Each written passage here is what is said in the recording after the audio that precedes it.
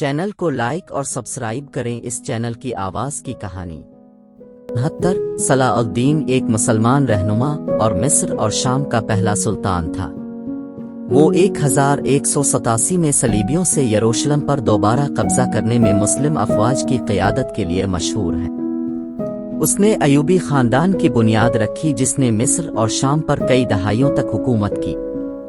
ان کا انتقال 1193 میں ہوا اور ان کا مقبرہ دمشق شہر میں واقع ہے۔ صلاح الدین کو فاطمی خلافت نے مصر کا گورنر مقرر کیا اور اس نے جلدی سے اپنے اختیارات کا دعویٰ کرنا شروع کیا۔ اس نے جلد ہی شام اور فلسطین پر قبضہ کر لیا، اس خطے کو اپنے زیر اقتدار متحد کیا۔ 1187 میں صلاح الدین نے صلیبیوں سے یروشلم پر دوبارہ قبضہ کرنے میں ایک مسلم فوج کی قیادت کی جس نے تقریباً 1 صدی قبل شہر کو فتح کیا تھا۔ یروشلم میں صلاح الدین کی فتح صلیبیوں کے لیے ایک بڑا دھچکا اور مسلم دنیا کے لیے ایک عظیم فتح تھی۔ صلاح الدین بہت سے مسلمانوں کے لیے ایک ہیرو اور ایک تحریک بن گیا اور ایک بہادر اور سخی رہنما کے طور پر ان کی شہرت صرف صدیوں میں بڑھی ہے۔ صلاح الدین اور اس کی فوجوں نے 88 سال کی عیسائی حکومت کے بعد یروشلم شہر کو صلیبیوں سے واپس لے لیا۔ اس نے عیسائی باشندوں کو جانے دیا اور شہر کو لوٹنے سے انکار کر دیا۔ اس نے اسے اپنے دشمنوں کی عزت اور اپنے لوگوں کی تعریف کی۔ یروشلم میں صلاح الدین کی فتح صلیبی جنگوں میں ایک اہم موڑ تھا اور اس نے کئی دوسری لڑائیوں میں صلیبی فوجوں کو شکست دی۔ صلاح الدین کی فوجی کامیابیاں صرف میدان جنگ تک ہی محدود نہیں تھیں بلکہ اس کی اتحادیوں اور دشمنوں کو حاصل کرنے کی صلاحیت بھی تھی۔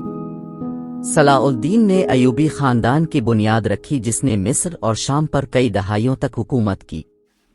ان کا انتقال 1193 میں ہوا اور ان کا مقبرہ دمشق شہر میں واقع ہے۔ صلاح الدین کی میراث آج بھی مسلم اتحاد اور غیر ملکی حملہ آوروں کے خلاف مزاحمت کی علامت کے طور پر یاد کی جاتی ہے۔ وہ اپنی عسکری کامیابیوں کے ساتھ ساتھ اپنے ذاتی کردار کی وجہ سے تاریخ کے عظیم ترین مسلم رہنماؤں میں شمار کیے جاتے ہیں۔ یورپ کے عیسائیوں اور مشرق وسطیٰ کے مسلمانوں کے درمیان مذہبی جنگیں لڑی گئیں۔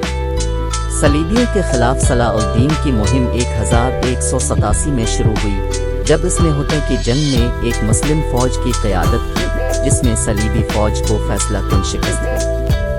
اس فتح نے صلاح الدین کو یروشلم پر دوبارہ قبضہ کرنے کے قابل بنایا جو تقریباً 1 صدی سے عیسائیوں کے زیر تسلط تھا۔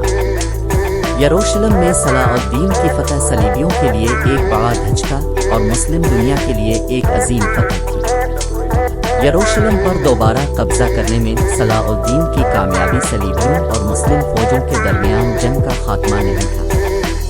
صلیبیوں نے دوبارہ منظم ہو کر کئی جوابی حملے شروع کیے لیکن صلاح الدین انہیں کئی لڑائیوں میں شکست دینے میں کامیاب رہے جن میں ارسوف کی جنگ اور جنگ جفا شامل تھی۔ پوری جنگ کے دوران صلاح الدین خطے کے دیگر مسلم رہنماؤں اور حکمرانوں کی حمایت حاصل کرنے میں کامیاب رہا اور وہ مصر اور شام کے مسلم علاقوں کو اپنے زیر اقتدار متحد کرنے میں کامیاب رہا۔ صلاح الدین کی قیادت اور فوجی حکمت عملی صلیبیوں کے خلاف اس کی کامیابی کے اہم عوامل تھے لیکن ایک بہادر اور سخی رہنما کے طور پر ان کی شہرت نے مسلم اور غیر مسلم دونوں برادریوں کی حمایت حاصل کرنے میں بھی کردار ادا کیا۔ مجموعی طور پر صلیبیوں کے خلاف صلاح الدین کی جنگ تاریخ کا ایک اہم لمحہ تھا کیونکہ اس نے صلیبی جنگوں میں ایک اہم موڑ کا نشان لگایا اور تاریخ میں صلاح الدین کے مقام کو اب تک کے عظیم ترین مسلم رہنماؤں میں سے ایک کے طور پر مستحکم کیا۔